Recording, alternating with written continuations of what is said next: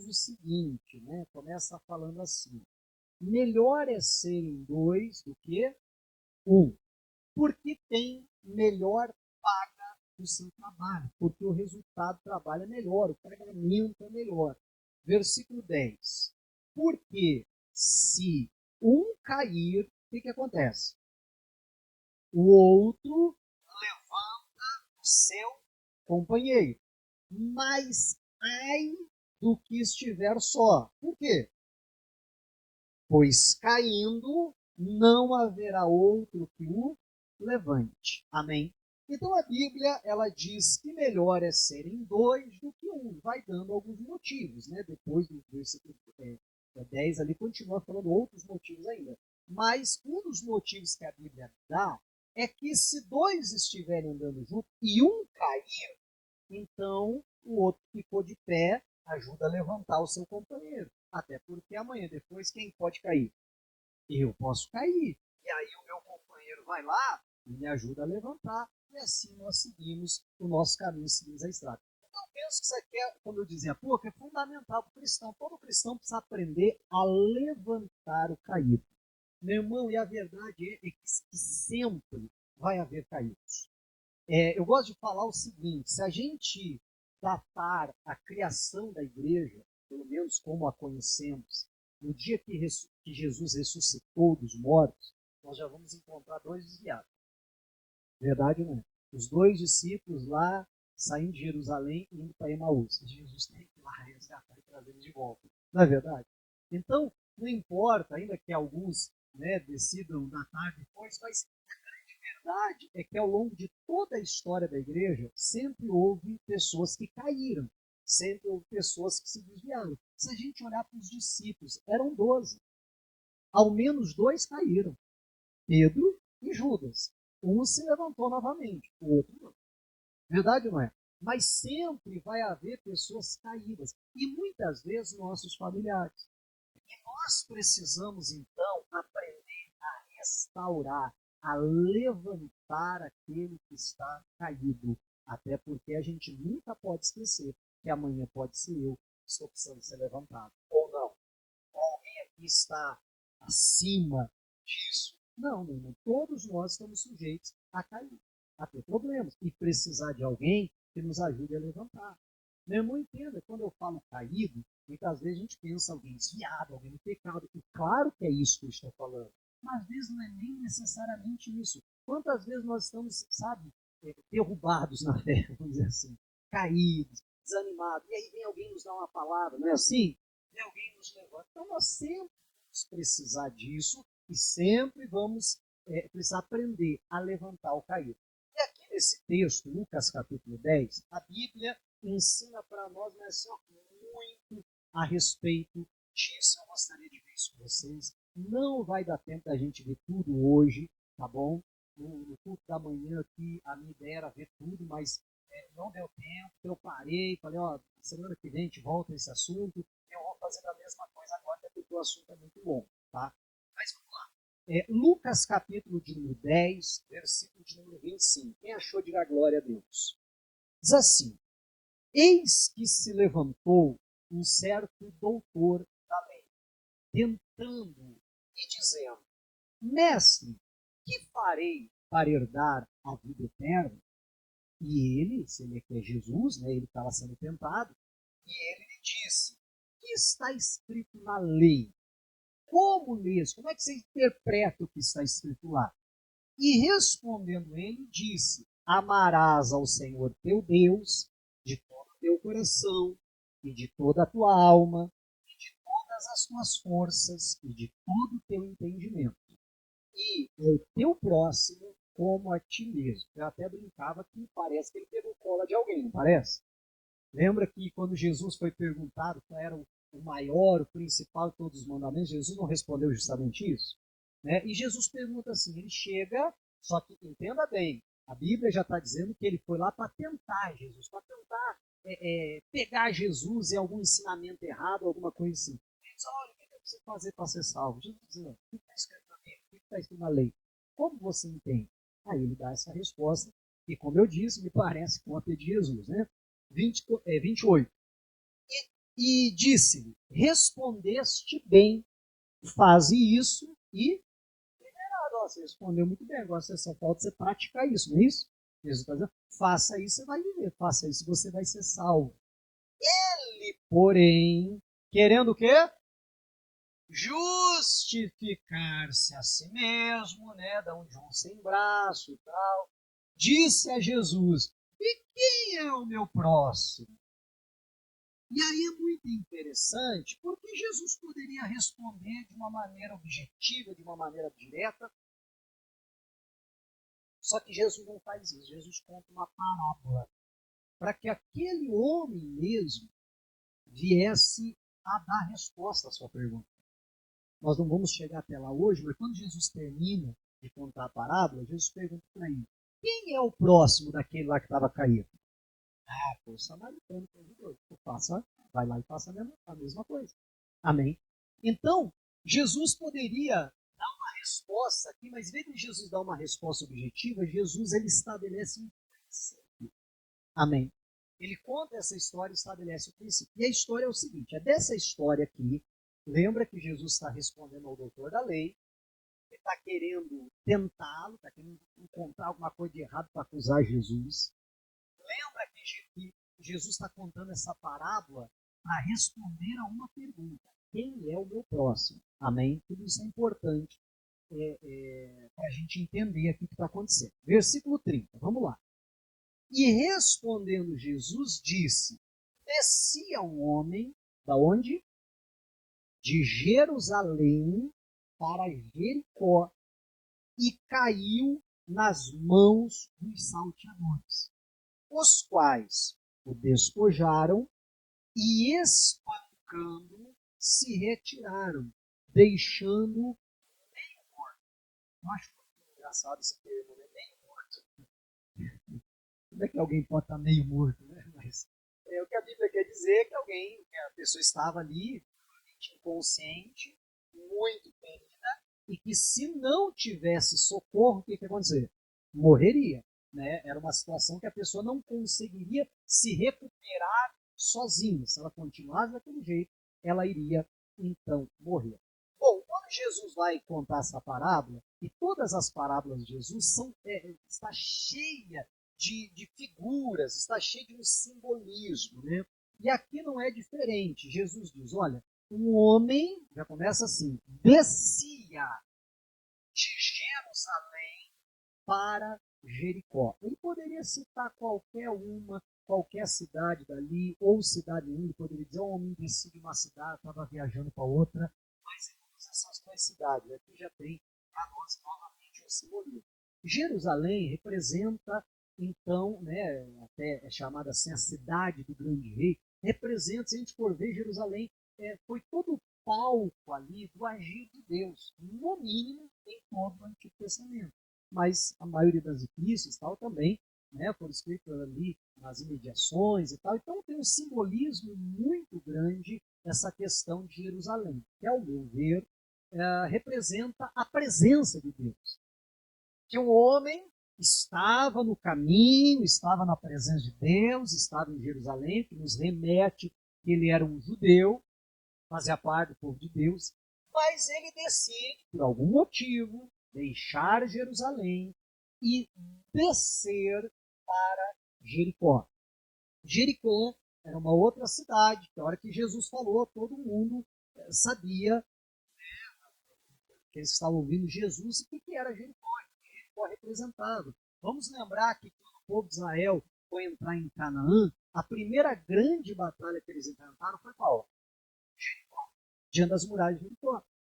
Foi ali que era, vou assim chamar, que era a porta de entrada para Canaã.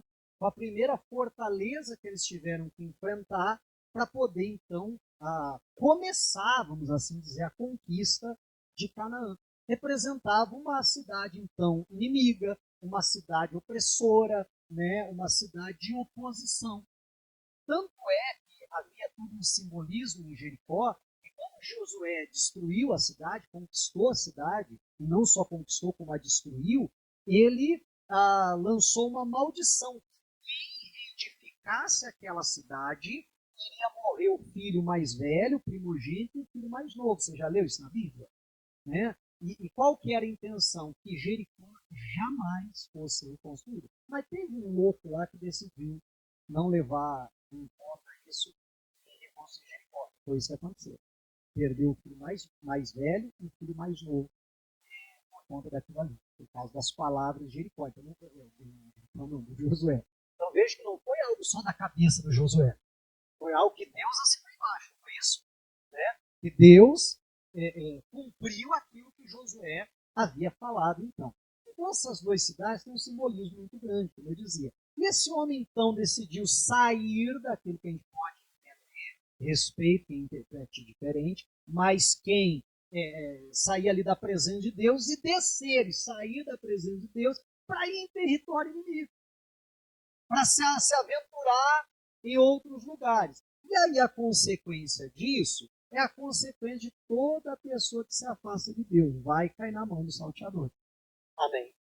Né? Vai cair na mão do ladrão. E a Bíblia diz que o ladrão, que representa Satanás, vem para matar, roubar e destruir. Não foi exatamente isso que aconteceu.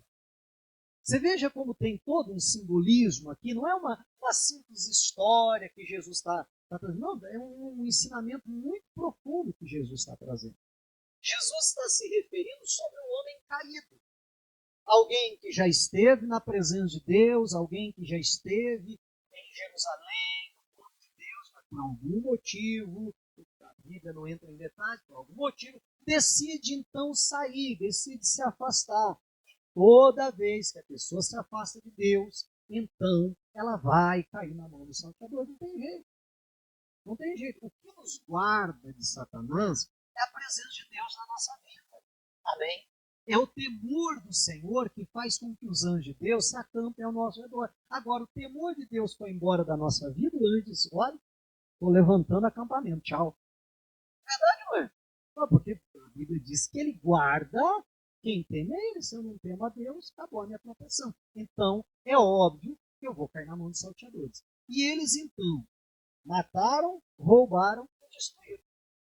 Estava o homem lá caído meio morto. Bom, vamos continuar a história. 31. E ocasionalmente descia pelo mesmo caminho certo sacerdote. E vendo, fez o quê? Passou de largo, passou longe, né? O mais longe que ele conseguiu. Versículo 32. E de igual modo, também um levita, chegando àquele lugar e vendo, fez o quê? Passou de largo, passou longe. Quis nem saber daquilo, né? E aí, já penso que já é importante para nós, a gente vai falar do que fazer para que eu possa levantar o caído, já mostra para nós o que não fazer, né? O que não fazer é essa indiferença, é esse passar de largo, passar de longe. Quem sabe, na cabeça desses dois religiosos, né, do levita e do sacerdote, quem sabe era mais ou menos assim. Aí, ó, quem mandou sair de Jerusalém? Você está entendendo? Quem mandou se afastar? Aí, ó, tá vendo o resultado? Olha aí. E não é essa atitude geralmente do religioso? Porque a pessoa que ela está cheia de Deus, nós já vamos falar isso, e ela sente compaixão, ela diz assim, poderia ser eu. Eu poderia ter caído, eu poderia estar nessa situação. Mas o religioso não, o religioso ele olha a pessoa assim, de cima para baixo, é bem feito, né? Quem manda você não ser tão santo quanto eu sou? Tão devoto quanto eu sou? Bom, porque eu jamais vou cair igual esse pecador aí. Só que a Bíblia diz que os dois estavam no mesmo caminho. Tanto o sacerdote quanto o levita também haviam saído de Jerusalém. Amém? Óbvio, se encontraram ele no caminho, e a Bíblia diz que eles iam pelo mesmo caminho. Diferente do levita, que pela leitura dá-se a entender que ele vinha caminho sentido contrário. Ou alguém cruzando por aquele caminho. Mas não estava indo no mesmo caminho do homem caído, ou do levita, do sacerdote. Mas a gente nunca vai conseguir ajudar ninguém a se levantar se nós temos aquele ar de superioridade. Se nós achamos que aquilo jamais poderia acontecer com a gente, que nós estamos acima de qualquer suspeita. E tudo isso é um sentimento religioso. Amém? Nós precisamos tomar um cuidado com isso, com a indiferença. Não se importar com o sofrimento do outro. Vamos em frente. 33. Mas um samaritano que ia de viagem, perceba que no caso dele não diz que ele ia pelo mesmo caminho, que ia de viagem, chegou ao pé dele e vendo, o que aconteceu? Moveu-se de íntima compaixão. Meu irmão, isso aqui é fantástico, porque nós encontramos várias vezes na Bíblia a palavra descrevendo que Jesus, usando essa mesma expressão, que Jesus se moveu de íntima compaixão. E foi lá e ressuscitou morto, foi lá e curou o doente, e foi lá e limpou o leproso. Amém? A Bíblia diz que Jesus está chegando em Naum e está vendo uma mulher viúva, já tinha perdido o marido, saindo da cidade, né, ali com o seu filho, para enterrar o seu filho que havia morrido. E Jesus vê o sofrimento, a tragédia na vida dessa mulher, que já tinha perdido o marido, agora estava a enterrar o filho, e a Bíblia usa essa expressão, moveu-se de íntima compaixão.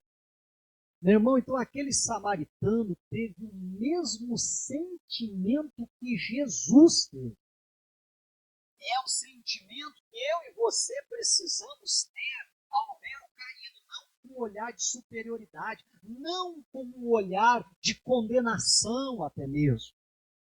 Não, mas com um olhar de compaixão. O que é a compaixão? É eu sentir a dor do outro. Paixão é um sentimento muito forte, geralmente associado ao sofrimento. Né? Na sexta-feira da paixão, por exemplo, da paixão, né? Que é o dia lá que se lembra da morte de Jesus. Por que fala sexta-feira da paixão? Sexta-feira do sofrimento de Cristo. Aí a gente fala assim, a paixão de Cristo. O que é a paixão? Jesus estava apaixonado? Não, é o sofrimento de Cristo. Não é isso? Né? Então, compaixão é isso. Eu sofrer com. É eu sofrer com aquela pessoa. É eu ver aquela pessoa sofrendo, o sofrimento dela doer em mim. Eu estou sofrendo. Por que você está sofrendo? Porque eu estou vendo alguém sofrer. Perceba que lá o sacerdote, o levita, passaram de largo. Aquilo que o caído estava sofrendo não doeu neles. Eles não sentiram a dor do homem. Mas esse samaritano sentiu a dor dele e moveu-se.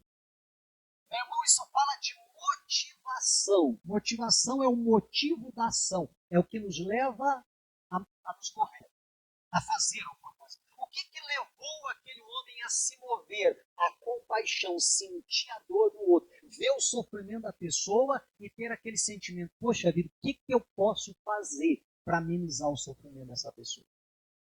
Nós precisamos ser movidos por isso. É um sentimento, claro, com ressalvas, né? Mas é um sentimento que é derivado do amor. E a Bíblia, então, quando fala, né, a respeito do amor, né, a Bíblia diz que ainda que eu desse todos os meus bens para ajudar as pessoas necessitadas, ainda que eu desse o meu corpo para ser queimado, me tornasse um mártir, a Bíblia diz, se não tiver o amor, de nada me aproveitaria. Então não importa o que eu faça, se a minha motivação não for o amor, não adiantou nada. Ah, mas eu estou fazendo uma coisa muito boa. Eu estou dando todos os meus bens para os pobres. Mas qual que é a motivação disso? É o amor? É, então beleza. Não, não é, que eu gosto de me aparecer mesmo. Dá um de bom moço. Então a Bíblia diz que aqui não vai me adiantar nada. Não, mas eu vou morrer pela causa. Mas o que te motiva a fazer isso é o amor? Então beleza, então vai ter galardão. Não é o amor, não vai aproveitar nada, não tem galardão. Então nós temos que sempre entender que a motivação de levantar alguém precisa ser isso, a compaixão. O amor é olhar para a pessoa, quem quer falar e dizer, E se fosse eu? Amém? E se fosse comigo? E se os salteadores, em vez de ter pegado ele, tivessem pegado a mim? Se eu tivesse agora caído à beira do caminho, eu não gostaria que alguém me ajudasse? Então, da mesma forma, eu vou ajudar. Meu irmão, aqui é o primeiro passo para que eu possa ajudar o caído. Amém? Para que eu possa levantar o caído. Vamos em frente. Como eu disse, é bastante coisa, bastante assunto. Aí diz assim, e aproximando-se. É interessante que a Bíblia diz assim, e vendo, moveu-se de íntima compaixão. Quando vai falar dos outros dois, diz assim, e vendo, passou de largo. Não é isso? Mas esse, vendo, moveu-se de íntima compaixão. E porque ele foi movido de íntima compaixão, a motivação que eu falava há pouco, então ele não fez como os outros, ele não se afastou, ele se aproximou. Agora, pare e pense, né?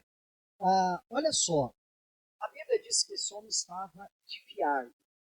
Diferente de nós hoje, as pessoas não viajavam por lazer, não viajavam por turismo. As pessoas viajavam para fazer negócios. Ou estavam levando mercadorias, ou já haviam vendido as mercadorias e estavam voltando com dinheiro.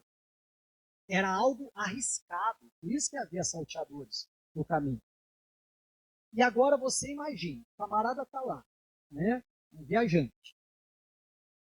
É óbvio que se ele está ali com mercadorias ou voltando com dinheiro, como eu disse, né? Ele está sempre atento. Ladrões, salteadores ali. Daqui a pouco ele se depara com a cena de um crime, não é isso? A cena de um crime. Acabou de acontecer um roubo, né? Espancaram ele, deixaram ele quase morto. Perceba que os ladrões podem estar por perto. Não é verdade? É um risco se aproximar. Outra coisa, pode ser até uma emboscada. Talvez o que levou aqueles outros dois a passar longe, talvez seja até isso. Eu não quero me expor. Eu não quero me arriscar por ninguém. Isso aí pode ser perigoso, você está entendendo? E esse tipo de sentimento também não vai nos ajudar a levantar ninguém. Mas aquele homem, então, movido de íntima compaixão, ele se aproximou. E parece algo, quando a gente está lendo assim, né, por ler, é algo que passa desapercebido. Isso aqui é um grande segredo se eu quero levantar alguém.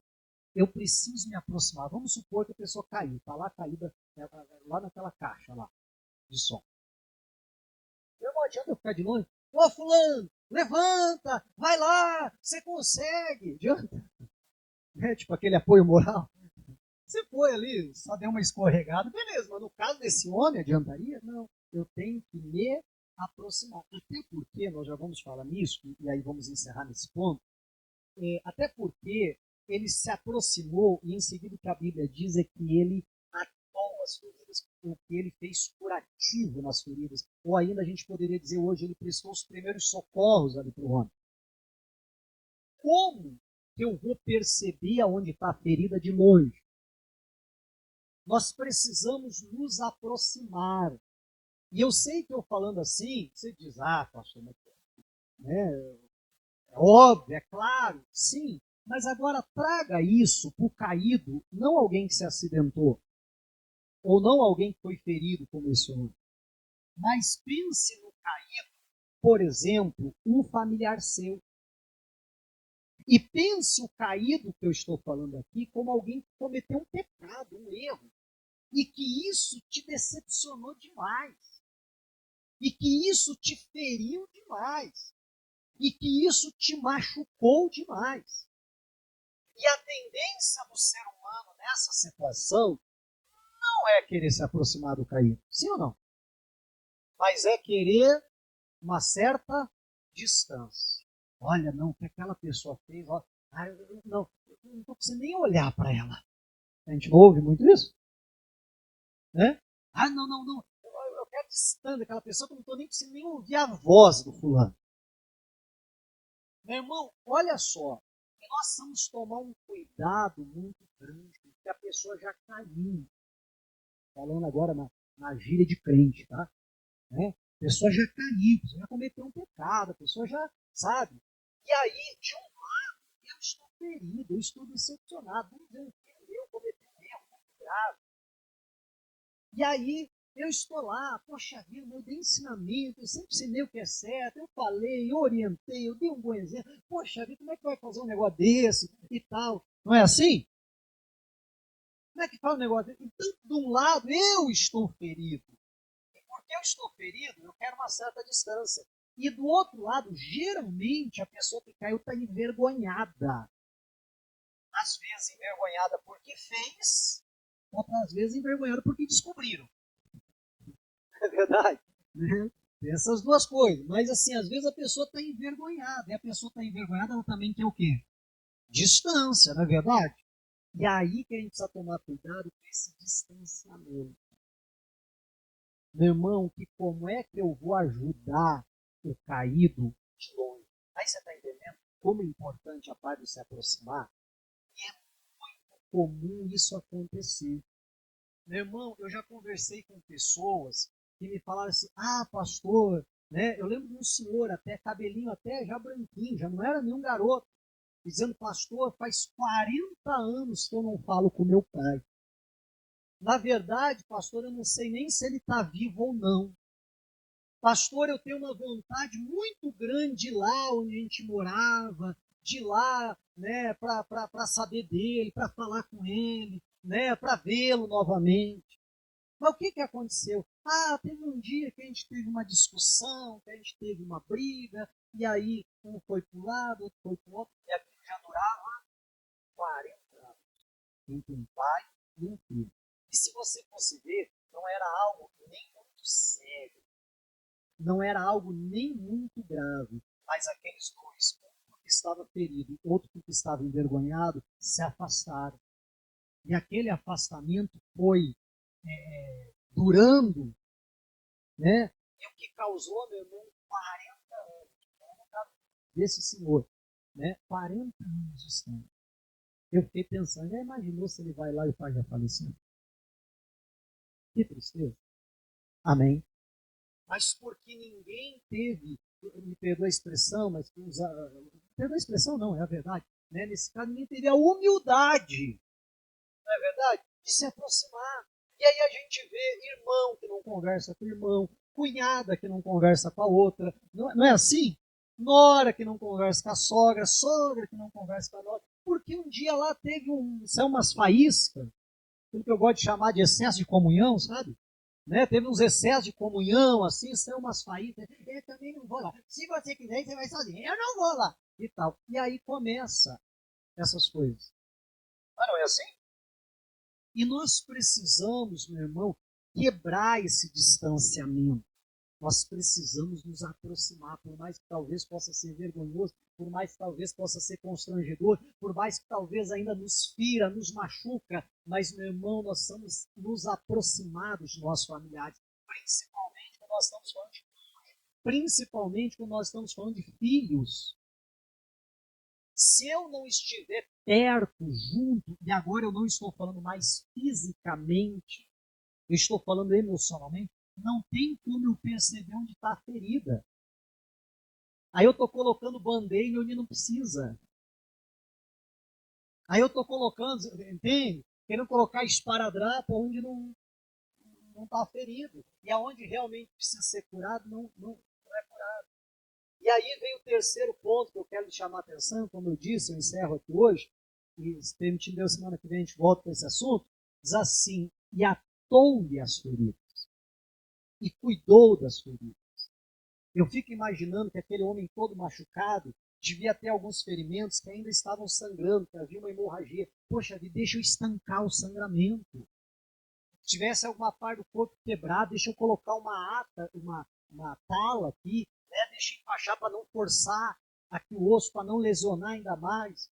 Deixa eu cuidar disso aqui, deixa. Você está entendendo? Poxa, eu estou vendo ali que na posição que ele está, ele não está conseguindo respirar direito, deixa eu mudar a posição dele aqui para aliviar a pressão do peito, para ele conseguir respirar. Eu estou imaginando alguém que foi espancado.